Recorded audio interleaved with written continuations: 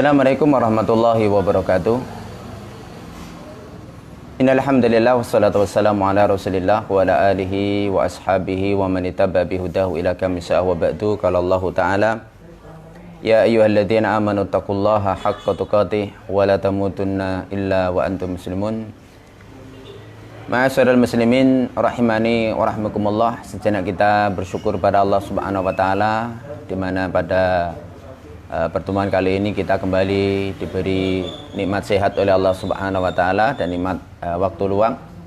Salawat dan salam semoga selalu terlimpahkan kepada Nabi kita Muhammad sallallahu alaihi wasallam. Ma'asyiral muslimin rahimani wa rahmakumullah, melanjutkan tentang yaitu skala prioritas di dalam beribadah atau beramal. Yang mana kemarin kita membahas di dalam beribadah itu adalah yang pertama adalah mengedepankan yang wajib dari yang sunnah. Ya, jadi mendapatkan yang wajib baru yang sunnah, baru kemudian yang sunnah. Kemudian yang sunnah itu yang kita kedepankan adalah mengedepankan ibadah sunnah yang rutinitas daripada yang tidak rutin. Ya, ini sebagaimana kemarin kita singgung. Yang intinya di dalam sebuah hadis riwayat Bukhari, Rasulullah sallallahu alaihi wasallam mengatakan habbul a'mal ilallahi adwamuha wa in qalla. Sesungguhnya amal yang paling dicintai oleh Allah itu adalah amal yang paling langgeng, ya, yang kontinu, ya, dari yang lain walaupun dia sedikit. Kemudian yang ketiga yang kemarin kita bahas itu adalah mengedepankan skala prioritas amal yang berpahala besar dari yang tidak berpahala besar. Walaupun secara umum ya semua amal ibadah itu adalah berpahala, namun ada kalanya, ya, berlandaskan dalil-dalil yang khusus Allah Subhanahu wa taala ataupun Rasul sallallahu alaihi wasallam menjelaskan bahwa ada keutamaan lebih, maka itu kita kedepankan. Maka kaidah yang selanjutnya, ya, di dalam skala prioritas kita dalam beramal itu adalah aulawiyatul amal al-atwal naf'an wal abqa atharon. Jadi mengedepankan amal yang manfaatnya itu lebih langgeng, ya, dan lebih kekal. Dan ini terfokus sebagaimana di dalam hadis riwayat Muslim, ya, di dalam riwayat Muslim di mana Rasulullah sallallahu alaihi wasallam beliau bersabda di dalam sebuah hadis sahih riwayat Muslim, Rasulullah sallallahu alaihi wasallam bersabda, "Idza matal insanu inqata'a anhu amaluh." Jadi manusia ketika meninggal maka terputuslah darinya amalnya. Ketika seseorang itu sudah meninggal, maka dia sudah tidak sanggup lagi untuk beramal, sehingga amalnya itu adalah terputus. Illa min salasatin, ya, dalam satu riwayat illa min salasin, kecuali dari 3 hal. Jadi kalau orang sudah meninggal maka dia sudah tidak sanggup untuk beramal, maka amalnya dia terputus, kecuali apa? 3 yang ia usahakan dulu di waktu dia masih hidup, dan ini akan terus berlanjut sampai, ya, nanti yang namanya kiamat itu datang. Yang pertama kata Rasulullah sallallahu alaihi wasallam shadaqatin jariyatin, yaitu sedekah jariyah atau sedekah jariyah, yaitu sedekah yang pahalanya itu selalu mengalir, ya, selalu mengalir, nyambung terus, ya, kepada orang yang bersedekah tersebut. Au ilmin yantafi'u bi, atau ilmu yang bermanfaat. Jadi ada dan ilmu yang bermanfaat. Ya, jadi yang kedua itu adalah ilmu yang bermanfaat. Nanti kita akan jelaskan. Awaladin sholihin yad'ula, dan anak soleh yang selalu mendoakan kedua orang tuanya. Hadis riwayat Muslim. Di dalam masalah sedekah jariyah itu dijelaskan oleh Rasulullah sallallahu alaihi wasallam di dalam hadis yang lain riwayat Ibnu Majah, di mana Rasulullah sallallahu alaihi wasallam beliau mengatakan, inna mimma yalhaqul mu'min min amali wa hasanatihi ba'da mauti ilman nasarahu. Kata Rasulullah sallallahu alaihi wasallam, sesungguhnya di antara amal dan kebaikan yang akan terus mengikuti seorang mukmin setelah kematiannya itu adalah yang pertama ilman nasarahu. Ini dijelaskan oleh Rasulullah sallallahu alaihi wasallam dari hadis riwayat Muslim tadi, lebih didetailkan lagi di dalam hadis riwayat Ibnu Majah. Rasulullah sallallahu alaihi wasallam bahwasanya sesungguhnya di antara amal dan kebaikan seorang mukmin yang akan terus mengalir setelah kematiannya itu adalah ilman nasarahu. Jadi ilmu yang ia sebarluaskan. Jadi ketika seorang guru, seorang ustadz, seorang kiai dia itu adalah mengajarkan kebaikan kepada umat, maka apa? Maka ilmu yang diajarkan tersebut kemudian diikuti oleh masyarakat, ya, maka apa? Maka ilmu itu akan mengalir terus pahalanya. Sehingga apa? Sehingga sang guru itu akan terus mendapatkan pahalanya. Wa waladan shalihan tarakahu, dan anak soleh yang ia tinggalkan. Jadi ketika seorang itu mempunyai anak soleh, maka apa? Maka orang tuanya yang sudah meninggal akan terus mendapatkan kebaikan. Setiap anak soleh itu melakukan kebaikan, maka apa? Maka sang orang tua itu akan mendapatkan pahalanya tanpa mengurangi pahala dari sang anak. Wa mushafan warathahu, dan mushaf yang ia wariskan. Ini wakaf. Wakaf berupa mushaf.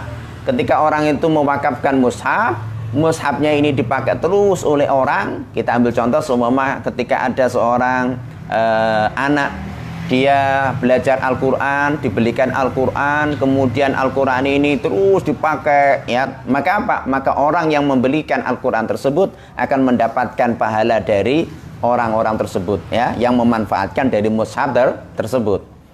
Au baitan libni sabil banahu, atau rumah yang diberikan kepada ibnu sabil, yaitu orang-orang yang di tengah perjalanan. Kalau di dalam sejarah Islam zaman dahulu itu, pemerintah Islam itu mampu memberikan yang namanya penginapan gratis. Jadi penginapan gratis yang diberikan kepada orang-orang yang mau menginap, di mana di pinggir-pinggir jalan itu disediakan penginapan gratis. Ya, ketika pintunya terbuka, maka itu menunjukkan belum ada yang menempati. Jadi belum ada yang menempati. Sehingga apa? Sehingga itu adalah penginapan gratis, dimanfaatkan siapapun boleh. Itu dalam pemerintahan Islam dulu itu sudah saya seperti itu. Ada tempat pemandian umum gratis, kemudian ada yang namanya istilahnya apa? Tempat penginapan gratis. Jadi membangunkan rumah untuk orang-orang yang tidak punya rumah, maka selagi rumahnya itu dimanfaatkan, maka orang yang membangunkan itu adalah mendapatkan pahalanya terus mengalir. Au nahron ajrohu, atau sungai yang ia alirkan. Jadi ketika orang itu bikin irigasi, sehingga dengan irigasi ini orang itu bisa mengambil manfaatnya. Taruhlah apa, membuat irigasi sehingga bisa dimanfaatkan masyarakat untuk bercocok tanam. Maka apa? Maka yang membikinkan itu maka akan mendapatkan pahala terus mengalir. Ya. Au sadaqatan ahrajaha min malihi fi sihhatihi wa hayati, atau sedekah yang ia keluarkan dari hartanya di waktu sehatnya dan di waktu hidupnya. Ya, itu adalah sedekah yang ia sedekahkan, yang dia keluarkan dari hartanya dalam rangka untuk kebaikan. Maka batal hakuhu min ba'di mautihi, maka itu akan mengiringi dia, ya, menyertai dia setelah kematiannya dia. Nah, ini adalah sebuah kaidah yang harus kita perhatikan ma'asyiral muslimin, bahwasanya yang namanya prioritas kita beramal yang selanjutnya itu 3 hal tersebut, yang fokusnya 3 itu hendaknya kita miliki. Ya, jadi ketika kita beramal, kita punya kewajiban, sudah kita jalankan, kita kemudian menjalankan ibadah sunnah yang berpahala besar ataupun yang bisa langgeng, ya, yang bisa langgeng, maka selanjutnya itu adalah kita melangkah kepada amal yang pahalanya terus mengalir. Kenapa? Karena ini sebagai bahasa kita ini adalah tabungan kita. Kita melakukan sekali di dalam kehidupan kita, namun ternyata itu bisa kita panen setelah kematian kita. Dan itu terfokus pada hadis riwayat Muslim tadi, yaitu adalah 3 amal, yaitu adalah sedekah jariah atau wakaf, kemudian ilmu yang bermanfaat, kemudian anak soleh yang selalu mendoakan kedua orang tuanya. Nah, itu adalah sebuah amal ibadah. Makanya kita punya ilmu, kita berikan kepada orang lain, kita ajarkan kepada orang lain, kita punya harta, kita sedekahkan untuk bekal akhirat kita, kemudian kita mendidik anak-anak kita ini menjadi anak-anak yang soleh dan solehah, maka itu akan menjadi tabungan pahala bagi kedua orang tuanya. Ma'asyiral muslimin rahimani wa rahmukumullah. Kemudian yang selanjutnya, di antara skala prioritas kita dalam beramal atau beribadah, itu adalah aulawiyatul amal al-muta'addi an-nafa' alal amal al-qasirun nafa'. Yaitu maksudnya apa? Mengedepankan amal yang manfaatnya itu lebih banyak dimanfaatkan oleh orang. Jadi amal ibadah itu lebih bisa dimanfaatkan, ya, lebih banyak dimanfaatkan oleh orang lain. daripada amal ibadah yang fokusnya hanya untuk dirinya sendiri ataupun skala kecil. Jadi ibadah yang manfaatnya itu bisa dirasakan oleh masyarakat secara umum itu lebih utama daripada ibadah yang skala manfaat ibadah tersebut hanya dirasakan oleh pelakunya. Maka di sini secara umum kenapa yang namanya menuntut ilmu agama itu lebih utama daripada ibadah sunnah, ya, dari ibadah sunnah. Bahkan kalau diumpamakan oleh Rasulullah Shallallahu Alaihi Wasallam bahwasanya yang namanya ulama diumpamakan dengan ahlul ibadah itu adalah seperti yang namanya bulan purnama dengan bintang-bintang yang lain. Jadi ketika bulan purnama itu muncul, maka bintang-bintang yang lain itu redup. Itu maksudnya apa? Menunjukkan keutamaan dari yang namanya ilmu syar'i. Kemudian orang yang memiliki ilmu syar'i, kenapa? Karena ilmu syar'i itu manfaatnya lebih daripada cuma sekedar pengetahuan tentang ibadah. Kenapa? Karena kalau ibadah itu hanya dirasakan manfaatnya untuk dirinya sendiri. Orang sholat malam, ya, sholat tahajud, qiyamul lail, hanya untuk dirinya sendiri. Tapi ketika menuntut ilmu, maka ini nanti manfaatnya akan dirasakan bukan hanya kepada orang yang menuntut ilmu itu sendiri, namun juga akan dimanfaatkan oleh orang lain. Kenapa? Karena kalau orang yang menuntut ilmu itu pasti setelahnya dia akan punya kewajiban untuk menyebarluaskan.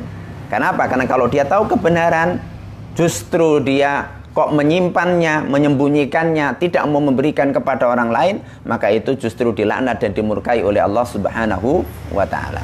Nah, ini adalah sebuah skala prioritas di mana kedepankan ibadah yang manfaatnya itu lebih luas, lebih umum daripada ibadah yang manfaatnya itu hanya terfokus kepada yang namanya diri sendiri.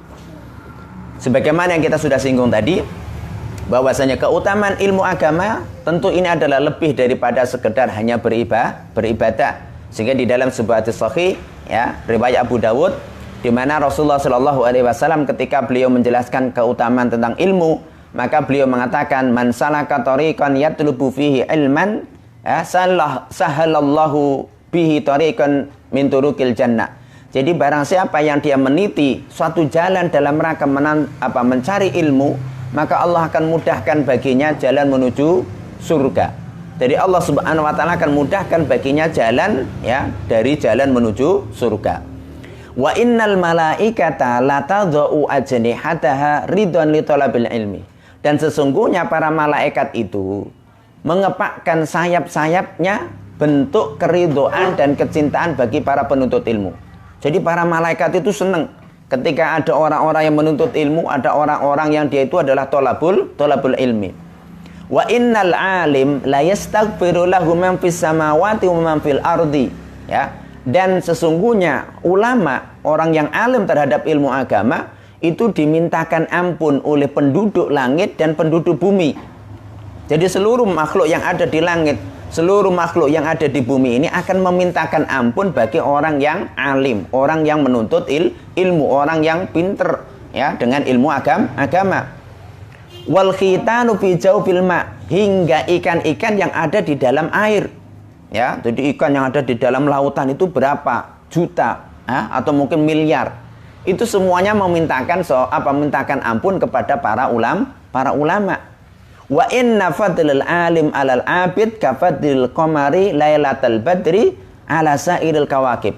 Dan sesungguhnya keutamaan alim, keutamaan orang, ya, seorang alim, seorang ulama di atas orang ahli ibadah itu perumpamannya kayak seperti keutamaan bulan purnama dengan bintang-bintang yang lain.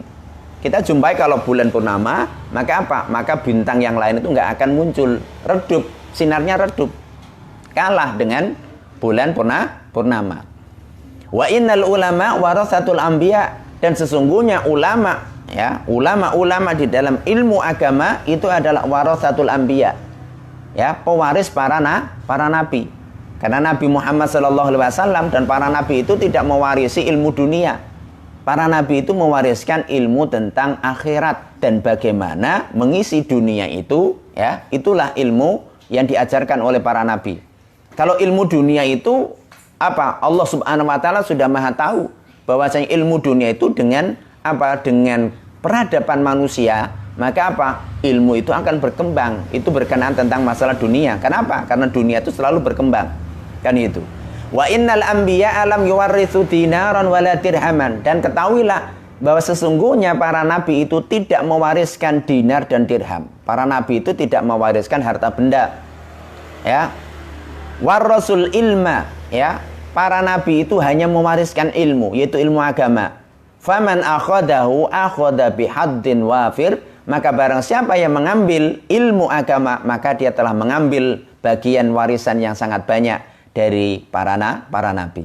Ya, makanya di sini letaknya. Jadi seorang alim, ya, itu lebih utama daripada seorang ahli ibadah. Ya, makanya Pak, maka disinilah kita hendaknya ma'asyiral muslimin, kita mendidik generasi-generasi kita itu adalah menjadi generasi-generasi yang alim, generasi-generasi yang faqih, generasi-generasi yang paham akan ilmu agama. Kenapa? Karena dengan landasan ilmu itulah nanti benar-benar akan bisa membawa istilahnya manfaat bagi dirinya, generasi tersebut, dan bagi kita yang telah mendidiknya. Ya. Jadi makanya di dalam pengajaran itu kedepankan mendidik anak itu adalah apa? Kita kedepankan dia itu adalah untuk menguasai ilmu terlebih dahulu. Penguasaan ilmu, penguatan ilmu. Dan dalam rangka menguatkan ilmu itu apa? Amaliyah, kan itu, praktek. Makanya ilmu yang diajarkan kepada anak itu seyuknya adalah ilmu-ilmu yang praktis. Jadi ilmu-ilmu praktis bukan hanya sekedar ilmu teori. Makanya mendidik anak itu, kita ambil contoh di dalam masalah hal yang sepele saja dalam kehidupan kita beragama, wudu. Maka apa? Ajarkan anak kita ini adalah ilmu praktis wudu. Jadi bukan teori. Ya, bukan kita ajarkan anak-anak kecil kita ini, kita ajarkan bahwa rukun wudu itu begini, ya, sunnah wudu itu begini, kan begitu. Bukan itu, tapi bagaimana mereka itu bisa wudu benar. Sehingga apa? Ajarkan, nih loh, wudu yang benar tuh kayak begini. Praktek langsung. Sehingga apa? Ini namanya ilmu nafi. Ya, ilmu langsung dimanfaatkan. Sehingga oleh karena itu apa? Ajarkannya demikian itu. Sehingga apa? Anak diajari wudu yang benar. Ayo wudu yang benar. Ya, bagaimana wudu yang benar? Ya. Soal nanti pemahaman di antara amal yang kita lakukan dari wudu kita, mana yang rukunnya, mana yang sunnahnya, mana yang termasuk dimakruhkan dalam wudu, itu nanti dengan perjalanan usia, maka kita akan menjelaskan. Dia akan paham. Dan itu akan istilahnya secara bertahap. Jadi tidak langsung serta-merta. Tapi kalau bagi anak-anak ya SD, maka ajarkan yang praktis. Sholat pun kayak begitu, ajarkan langsung praktek. Ya, bagaimana sholatnya yang benar supaya apa? Supaya langsung diamalkan. Ya, sehingga apa? Sehingga anak itu langsung posisi dia mengamalkan sholat itu sudah langsung posisi yang benar. Ya, diajari doa-doanya, kemudian diajari tata cara sholatnya yang benar. Sehingga apa? Langsung menjadi sebuah amaliyah. Nah, ini mendidik anak menjadi orang yang berilmu. Kenapa? Dia langsung mempraktekkan ilmunya. Ya, nah nanti ketika kita ingin mendidik anak, ini dia ingin supaya memahami bagaimana ini rukunnya sholat, ini namanya sunnahnya sholat atau wajibatus sholat semua, maka apa? Maka itu adalah nanti ya dengan yang namanya berkembangnya usianya dia, maka baru nanti kita jelaskan. Jadi tidak langsung dalam pengajaran itu kita ajarkan semuanya. Kenapa? Karena yang demikian itu nanti akan menjadikan ada skala prioritas yang kita tinggalkan. Karena ketika anak itu kita ajarkan teori-teori, maka dia prakteknya tidak tahu.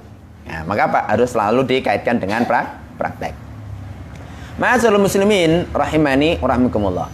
Di antara contoh yang lain, ya, yang namanya amal, ya, yang manfaatnya ya lebih umum, lebih bisa dimanfaatkan skala besar dengan skala kecil, itu adalah tentu adalah beda. Di antaranya adalah seseorang yang dia menjadi panutan masyarakat atau seorang pemimpin, ya, jadi seorang pemimpin ketika dia itu adalah melakukan kebaikan.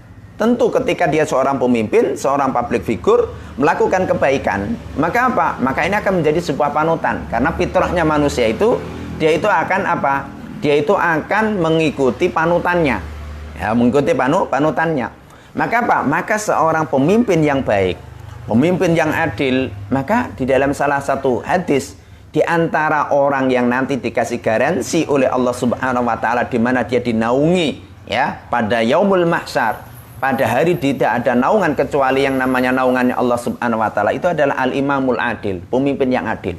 Kenapa pemimpin yang adil itu kok begitu diistimewakan? Karena dia memberikan kemanfaatan yang luar biasa. Ya, memberikan kemanfaatan yang luar biasa ya, ketika dia memimpin dengan keadilan. Nah, sehingga apa? Sehingga oleh karena itu, ma'asyiral muslimin rahimani wa rahimakumullah, di dalam sebuah hadis yang lain Rasulullah sallallahu alaihi wasallam ya, beliau memberikan sebuah contoh yang lain di antara yang namanya amal ya yang manfaatnya lebih ya tersebar umum, itu lebih utama daripada yang sifatnya itu adalah hanya bisa dimanfaatkan oleh pelakunya saja. Itu sebagaimana di dalam sebuah hadis Abu Hurairah radhiyallahu anhu, Rasulullah sallallahu alaihi wasallam bersabda, kullu sulama minan nas alaihi shadaqah kulla yaumin tatlu'u fihi syams. Jadi setiap persendian dari manusia itu setiap harinya itu adalah wajib untuk disedekahi. Setiap matahari terbit maka dia punya kewajiban untuk mensedekahi dari setiap persendiannya. Yang mana kata Rasulullah sallallahu alaihi wasallam, persendian kita ini dalam sebuah hadis itu kan 360 persendian. Itu wajib untuk kita sedekahi sebagai wujud apa? Syukur kita kepada Allah Subhanahu wa taala. Makanya ma'asyiral muslimin rahimakumullah, kita ini punya kewajiban syukur kepada Allah. Kenapa? Karena Allah itu memberi nikmat kepada kita. Kita baru ambil contoh nikmat yang kita sebutkan dalam hadis tadi, itu adalah nikmat persendian. Ya, coba kita bayangkan di dalam yang namanya kehidupan kita, ya, fisik kita ini diciptakan oleh Allah fi ahsani taqwim, ya, dalam bentuk penciptaan yang sangat bagus, sangat yang namanya adalah sempurna. Itu punya persendian 360. Coba kalau andai kata persendian kita ini tidak selentur, ya, Allah menciptakan kita punya persendian yang lentur, ya. Coba kalau persendian kita ini tidak lentur, kita ambil contoh sebagian dari kita, ya, itu sudah diuji oleh Allah Subhanahu wa taala, mungkin kena asam urat, ya, persendiannya sudah mulai linu-linu, maka apa? Maka bergerak saja itu sudah tidak bisa maksimal. Makanya yang masih punya persendian yang sehat, dia bisa bergerak dengan gesit, dengan lincah, ya. Ini adalah kenikmatan yang luar biasa. Itu harus kita syukuri. Lah, mensyukurinya apa? Di antaranya kata Rasulullah SAW itu adalah disedekahi. Ini berarti menunjukkan makna hakikat dari yang namanya syukur itu menggunakan yang namanya nikmat tersebut itu untuk ketaatan kepada Allah Subhanahu wa taala.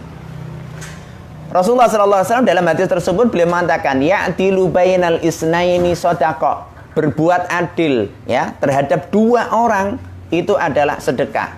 Seorang pemimpin ya punya ibaratnya anak buah dua orang, dia adil dengan dua orang tersebut, itu amal sedekah. Ya, ini dikedepankan oleh Rasulullah SAW. Wa yu'inur rajul ala dabatihi fayahmilu 'alaiha aw yarfa'u 'alaiha mata'ahu shadaqah. Membantu seseorang dengan menaikkan ke kendaraannya, ya, boncengkan, ya. Anda punya teman dia lagi jalan kaki, Anda naik sepeda, Anda boncengkan. Atau dia punya barang keberatan, Anda bantu untuk membawakan barangnya. Ya, maka itu ditulis sebagai sedekah. Ini manfaatnya bukan hanya untuk dirinya, di mana dia melakukan kebaikan itu manfaatnya yang merasakan orang lain. Maka ini lebih utama, ya. Jadi lebih utama daripada ibadah yang manfaatnya hanya bisa dirasakan oleh pelakunya saja. Kita bantu orang, ya. Seperti sekarang di dalam kondisi kita ini di tengah-tengah pandemi ya COVID-19 ini, ya, Masya Allah, ya. Kita patut bersyukur kepada Allah Subhanahu wa taala, banyak lembaga-lembaga sosial itu lebih semangat, lebih getol ya untuk membantu ya sebagian dari saudara-saudara kita yang berdampak ya, yang terdampak dari musibah pandemi COVID-19 ini. Nah, ini adalah mengedepankan orang lain sehingga manfaatnya lebih banyak. Nah, ini adalah tentu adalah lebih utama daripada sekedar hanya beribadah yang sifatnya adalah sunnah tapi hanya manfaatnya untuk dirinya sendiri. Berzikir seumpama, ya, membaca Al-Quran seumpama. Maka Maka tentu yang manfaatnya ini lebih umum, lebih tersebar luas, maka ini akan lebih utama. Kemudian dalam hadis tersebut Rasulullah sallallahu alaihi wasallam beliau mengatakan wal kalimatu thayyibatu shadaqah. Dan ya, yang namanya perkataan yang baik itu sedekah. Tutur kata yang baik itu adalah sedekah. Bagian dari sedekah. Wa kullu khutwatin yahtuha ila shalah shadaqah. Dan setiap langkah yang ia langkahkan menuju salat itu sedekah. Wa yumitul adza anit thariq shadaqah. Dan menghilangkan, menyingkirkan rintangan yang ada di jalan itu bagian dari sedekah. Apa yang bisa kita ambil faedah dari hadis ini ma'asyiral muslimin? Kenapa ini kok dimasukkan ke dalam bab mengedepankan amal yang manfaatnya lebih umum, ya, manfaatnya lebih luas daripada manfaatnya yang hanya terfokus kepada pelakunya saja? Kita ambil di dalam hadis tersebut, Rasulullah Shallallahu Alaihi Wasallam itu mengedepankan amal-amal yang manfaatnya itu bisa dirasakan oleh orang banyak, baru kemudian amal-amal yang dirasakan oleh pelakunya saja. Ya, manfaatnya hanya bisa diambil oleh pelakunya saja. Nah, ini adalah sebuah faedah yang luar biasa. Sehingga oleh karena itu, ma'asyiral muslimin rahimani wa rahmakumullah, kita sebagai seorang muslim dan mukmin seyogyanya di dalam kehidupan kita ini, bagaimana kita beramal itu benar-benar memperhatikan skala prioritas ini. Yang mana sudah kita singgung di awal pertemuan bahwasanya kenapa orang itu ya perlu yang namanya memahami skala prioritas di dalam beribadah, itu tiada lain agar kita ini bisa maksimal di dalam melakukan suatu ibadah. Karena ada kalanya suatu saat kita ini tidak bisa melakukan ibadah itu secara berbarengan. Kalau bisa kita lakukan secara berbarengan, tentu itu lebih utama. Berarti kita menggabungkan dua kebaikan. Namun ada kalanya di dalam satu waktu, satu kondisi, kita harus mengambil salah satu dari dua ibadah tersebut. Nggak bisa kita ambil semuanya. Maka apa? Maka ketika itulah peran prioritas itu sangat penting. Kita kedepankan mana yang lebih utama. Ya, supaya apa? Supaya kita ini bisa mengambil manfaat. Oh, kondisinya kayak seperti ini, maka ini yang saya ambil. Waktunya sempit, maka ini yang saya akan ambil. Nah, ini adalah harus kita lakukan. Ma'asyiral muslimin rahimani wa rahmakumullah. Kemudian sebuah hadis yang lain, ya, di dalam sebuah hadis lain sebagai contoh ya tentang masalah amal yang lebih utama, ya. Amal yang utama kita kedepankan adalah amal yang manfaatnya itu adalah apa? Yang bisa dirasakan oleh orang banyak, ya, daripada yang melakukannya saja. Sahih yang lain, Rasulullah Shallallahu Alaihi Wasallam bersabda, adlu sa'atin ya khairun min ibadati sittina sana. Jadi berbuat adil 1 jam saja itu lebih baik daripada ibadah 60 tahun. Qiyami lailiha wa siyami nahariha, di mana selama 60 tahun itu kita isi dengan qiyamul lail terus, kemudian puasa di siang harinya. Masya Allah. Malamnya tahajud terus, siangnya itu adalah puasa terus. Tapi ternyata itu kalah dengan berbuat adil walaupun cuma 1 jam. Kenapa? Karena ketika seorang pemimpin itu adil, maka apa? Maka yang merasakan itu bukan hanya penduduk bumi, tapi penduduk langit pun bersyukur. Karena dengan keadilan itulah yang namanya apa? Bumi itu bisa tegak, kemakmuran itu bisa tegak. Sehingga apa? Penduduk langit pun ikut bersyukur. Kenapa? Adanya pemimpin yang adil. Wajawru sa'atin fi hukmin asaddu wa a'dhamu min maksiyati sittina sana. Dan apa yang namanya dolim, ya, dolim dalam 1 jam saja di dalam memberikan hukum itu adalah lebih berat dan lebih besar, ya, dosanya daripada maksiat 60 tahun. Masya Allah. Ya, makanya di sini letaknya sebagai seorang pemimpin itu adalah kaidah di dalam Islam itu sangat simpel, tapi ini sangat sulit. Kaidahnya itu adalah tasarruful waliyyi ala ra'iyati manutun bil maslahah. Jadi kebijakan seorang pemimpin terhadap urusan rakyatnya itu harus selalu terkait dengan yang namanya adalah apa? Kemaslahatan rakyat. Jadi kebijakan apapun yang dilakukan oleh seorang pemimpin seyogyanya, ya, untuk supaya dia itu selamat dari tanggung jawab nanti di hadapan Allah, maka itu cuma satu, kebijakan seorang pemimpin itu harus pro rakyat, ya, harus memberikan kemanfaatan, kemaslahatan bagi rakyat.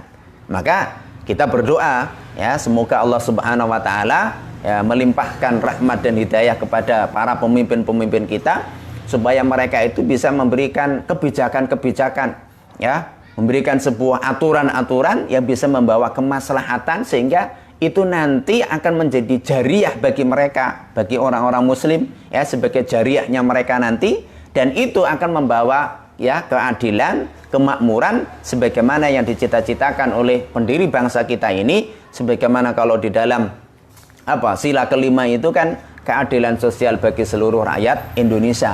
Ya, jadi ini adalah menjadi cita-cita inti berbangsa dan bernegara di Indonesia itu adalah bagaimana menciptakan keadilan sosial, ya. Dan ini adalah cita-cita Islam, ya. Ini cita-cita Islam itu kayak seperti itu.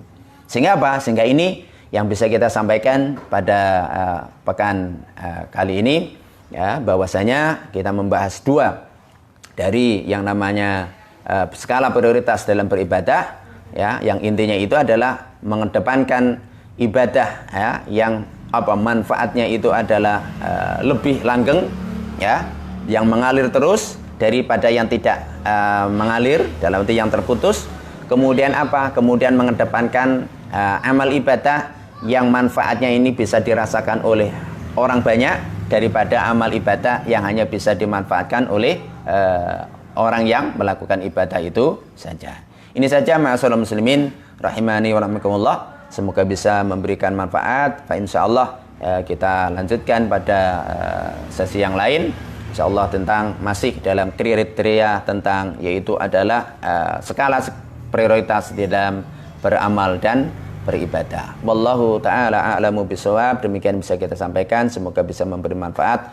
Akhirul kalam, assalamualaikum warahmatullahi wabarakatuh.